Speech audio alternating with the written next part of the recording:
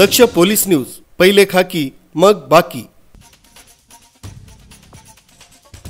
Police आयुक्त संदीप कर्णिक यांच्या आदेशान्वये नाशिक रोड पोलीस स्टेशनच्या हद्दीत अवैध अग्निशस्त्र तसंच हत्यार बाळगणारे इसम यांच्यावर कारवाई करण्याबाबत कळवण्यात आलं होतं।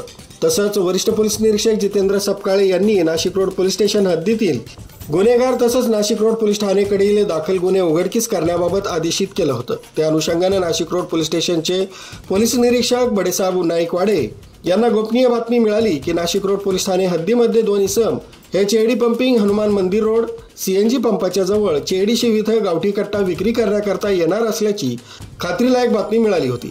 त्या अनुषंगाने नाशिक रोड पोलीस ठाण्याचे वरिष्ठ पोलीस निरीक्षक जितेंद्र सपकाळे यांनी तत्काळ गुन्हे शोध पथकातील पोलीस हवालदार विजय टेमगर, विशाल कुवर, नाना पानसरे, समाधान वाजे, अजय देशमुख यांना मार्गदर्शन करून सदर ठिकाणी जाऊन संशयित आरोपितास ताब्यात घेऊन योग्य ती कारवाई करण्याबाबत सूचना दिल्या होत्या।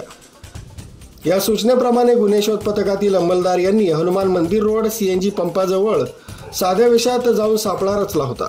या ठिकाणी 2 इसम हे संशयित हालचाली करीत असल्याचं जाणवलं असता त्यास पोलीस पथकानं पकडण्याचा प्रयत्न केला असता ते पळून जात असताना त्यांचा पाठलाग करून मोठ्या शिताफीनं त्यांना ताब्यात घेण्यात आले।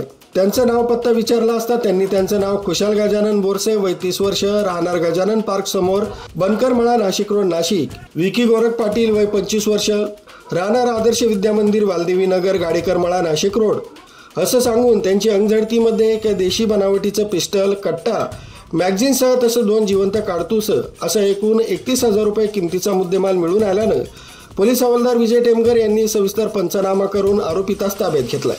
पोलीस अंमलदार समाधान वाजे यांनी दिलेल्या फिर्यादीवरून नाशिक रोड पोलीस ठाण्यात गुन्हा दाखल करण्यात आला। पुढील तपास पोलीस हवालदार विजय टेमगर हे करीत आहेत।